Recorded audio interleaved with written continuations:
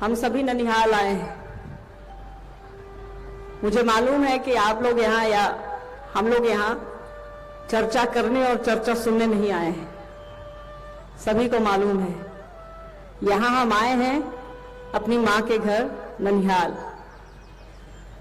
जिस जगह पर हम आप बैठे हैं, कई लोगों ने अन्न मिलाकर पढ़ा होगा, जहां बैठे हैं हम आप, यही गढ़ का पिछला हिस्सा है जहां एक साधु बाबा ने रात के अंधेरे में साहब को कहा था कि वो टूटा हुआ शीशा उठाकर देखो। तो साहब ने देखा था, तो साहब ने कहा था कि इसमें मैं थोड़े ही हूं, ये यही वो जगह है, गढ़ का पिछला हिस्सा। कहानियों में आप लोगों ने सुना होगा, साहब की चर्चा सुनी होगी, और अन्न मिलाकर में भी आप लोगों ने पढ़ा होगा, ये वही जगह है। हम लोग ननिहाल आए हैं, तो यहाँ के लोग, हमारे मामू, आपके मामू, आपकी मामी, सारे भाई बहन लोग मिल करके लगने नहीं दे रहे हैं कि माँ बाप नहीं है। ननिहाल में जैसे स्वागत होता है बच्चों का, वैसे ही हो रहा है, हमारा भी हो रहा है, आपका भी हो रहा है, सभी का हो रहा है। तालियां बजनी चाहिए इन लोगों के लिए, निश्चित रूप से तालियां बजनी चाहिए।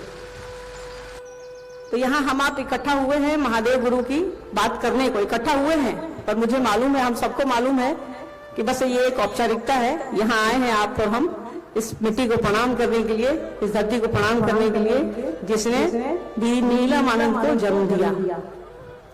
साहब का बहुत समय यहाँ गुजरा, साहब का विशेष लगाव है अपने ससुराल से। मेरा, देखिए ये तो बात हो गई अपनों से अपनी बात, मेरा विषय पर आते हैं। मेरा विषय है महेश्वर शिव का गुरु पद। अगर महेश्वर शिव का गुरु पद ना होता तो आज हम आप यहाँ इकट्ठा होते क्या? लाखों की संख्या में नहीं होते। वो गुरु हैं, इसीलिए आज हम आप इकट्ठा हैं। किताबें कहती हैं, सभी शास्त्र पुराण उपनिषद कहते हैं कि शिव गुरु हैं। आप रामायण में उठाकर देखें, महाभारत उठाकर देखें, कोई भी ग्रंथ, हमारे सनातन के जो भी ग्रंथ हैं, धार्मिक हो या आध्यात्मिक हो, सभी में ये बात मिलती है कि शिव को गुरु कहा गया है। शंभवे गुरुवे नमः, शिव पुराण में उसकी जो संहिता है, उसका जो चैप्टर है, उसमें 10वें अध्याय में ये लिखा हुआ है, सकला कल रूपाय संभवे गुरुवे नमः। मतलब जो शरीर में है, जो साकार हैं, जो दिख रहे हैं, और जो शरीर में नहीं है, जिन निराकार हैं, वैसे स्वरूप वाले कल्याणकारी शिव को गुरु कहा गया है, उनको नमन किया गया है। गुरु गीता भी कहती है, जो बहुत फेमस किताब है अध्यात्म की, कि गुरु शिव हैं और शिव ही गुरु हैं। बड़े अच्छे से समझाया हुआ है, जैसा ने समझाया है हमको और आपको, कि गुरु शिव हैं और शिव ही गुरु हैं, उनका ज्ञान ही गुरु है। शिव को पकड़े, उनकी दया को पकड़े, एक ही बात है।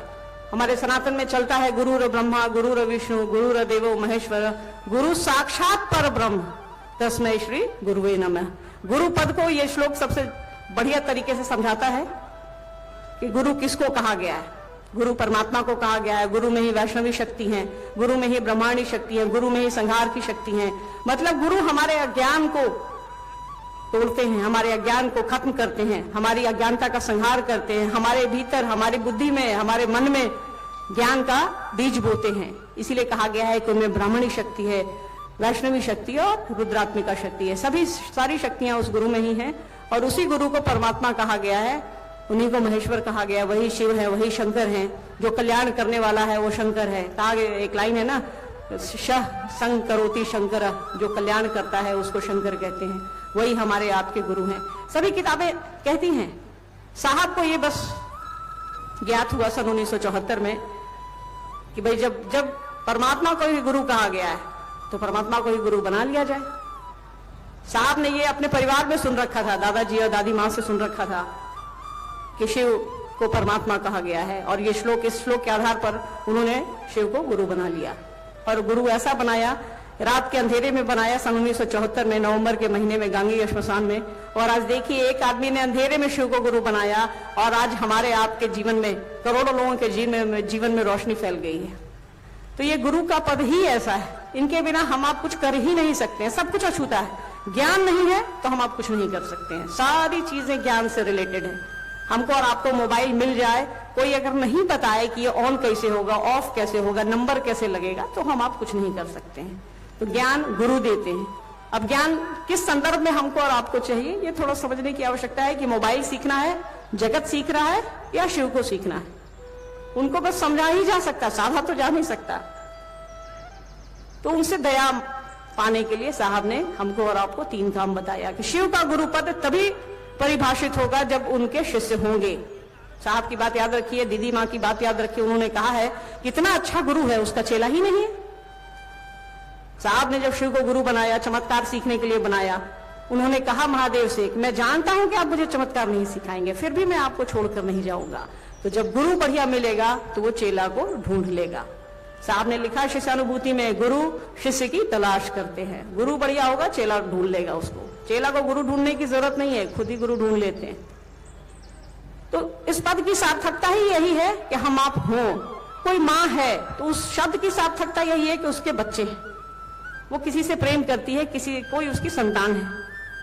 तो वैसे ही गुरु शब्द ही ऐसा है जिसका अर्थ है कि चेला है, शिष्य है। कोई डॉक्टर है मतलब मरीज है, रोगी है। तो ये समझना होगा कि अगर गुरु का पद है मतलब चेला है उसका। तो सनातन से ही चला आ रहा है शिव गुरु का पद। उनको विश्व गुरु कहा गया, गुरुओं का गुरु कहा गया, गुराधिपति कहा गया, सब गुरुओं का अधिपति कहा गया। तो उनके शिष्य बनने की बस प्रक्रिया चल रही है। किसी ने बताया नहीं हमको और आपको। ये तो साहब और दीदी हैं जो इस धरती पर आए और उन्होंने कहा शिव को गुरु बनाइए, इसके लिए उन्होंने 3 सूत्र दिए। तो इस शब्द को परिभाषित करने के लिए, इस शब्द को पकड़ने के लिए ही, इस भाव को पकड़ने के लिए उन्होंने 3 सूत्र दिया है हमको और आपको। 3 सूत्र नहीं होता तो गुरु शिव हैं ये मात्र किताबों में रह जाता। साहब ने हमको और आपको तरीका बताया कि कैसे शिव को गुरु बनाया जाए, कैसे इस शब्द को, गुरु शब्द को परिभाषित किया जाए। चेला होगा तभी कोई गुरु है, शिष्य होगा तभी कोई गुरु है। शिव है हमारे आपके लिए, वो हमको और आपको सिखाते हैं, आचरण से सिखाते हैं, इसीलिए उनको आचार्येंद्र कहा गया है, जगताचार्य कहा गया है। वो तो उनके उनका जो पोजीशन है इस संसार में, जो उनकी एक जगह जो है वो गुराधिपति की है, गुरुओं के अधिपति है। परमात्मा है, परमेश्वर है, महेश्वर है, सब कुछ वही है। इसके साथ साथ वो गुरु भी हैं। रामायण में कहा गया है कि गुरु कैसा हो तो शंकर जैसा हो, शंकर रूपिणो, मतलब जो पहले से है उसी से आप तुलना कर सकते हैं। हम आप एक दूसरे की खूबसूरती की तुलना करते हैं ना चांद से। कहते हैं ना कि परसों धूप बहुत अच्छी निकली थी, ये नहीं कहते कि आगे 2 दिन बाद धूप बहुत अच्छी निकलेगी। जो हो गया है उसी के बारे में तुलना करते हैं। तो कहा गया है गुरु शंकर रूपिणो, तो गुरु कैसा हो, शंकर जैसा हो, मतलब वो पहले से गुरु हैं, तभी उनकी तुलना हो रही है, तभी उनकी उपमा दी जा रही है। महाभारत में भी कृष्ण के गुरु उपमन्यु हैं। उपमन्यु ने कहा कि जिसके जीवन में एक पल भी शिव नहीं आए उसका जीवन बेकार है। तो ये महादेव का गुरु पद ही ऐसा है कि उनके बिना हम आप अधूरे हैं। जब तक ज्ञान नहीं लेंगे तब तक ये संसार चलेगा नहीं। इसीलिए वो दुनिया के सबसे बड़े गुरु हैं, क्योंकि उन्होंने हमको और आपको बनाया है। जिसने बनाया है उससे अच्छा गुरु कोई नहीं हो सकता है। तो यही है शिव का गुरु पद। ज्यादा कुछ कहने को नहीं है। साहब दीदी आपको समझा रहे हैं, आप समझ भी रहे हैं, हम आप सभी समझ रहे हैं इस दिशा में, इस विषय पर।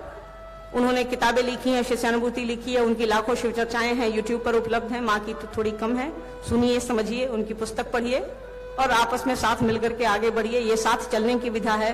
भगवान शिव की शिष्यता साथ चलने की विधा है, एक साथ चलने की विधा है, प्यार से चलने की विधा है, प्यार की विधा है। तो एक साथ चलिए, सुरक्षित रहिए, सुरक्षित जाइए। इतनी भीड़ है यहाँ, ये भीड़ जो है मुझे मालूम है मेरे लिए या किसी और के लिए या किसी और के लिए नहीं आई। ये भीड़ सिर्फ और सिर्फ साहब और दीदी माँ के लिए आई है। आप सिर्फ उनके लिए आए हैं, उनकी इस जगह के लिए आए हैं। हम सभी को मालूम है, हम सभी ये समझते हैं, आप सभी का स्वागत करते हैं। आपको कुछ कठिनाइयां भी हो रही हैं, हमें मालूम है, थोड़ी मदद की जरूरत है आपसे भी। और हम लोग भी लगे हैं, सारे लोग, सारे गुरु भाई गुरु बहन कार्यकर्ता यहाँ के लगे हैं। लगभग 1000 कार्यकर्ता अनु भैया ने बनाया है, वो सभी आपकी मदद के लिए लगे हैं। तो सुरक्षित जाइए, अच्छे से घर पहुंचिए। आपका सुरक्षित घर पहुंचना हम सभी की जिम्मेदारी है। तो जब तक आप सुरक्षित घर नहीं पहुंचेंगे, हम सभी की जिम्मेदारी पूरी तरह से वहन नहीं होगी। अभी आएंगी भैया, बात करेंगे आपसे, भाभी बात करेंगी। आप सभी के चरणों में मेरा प्रणाम।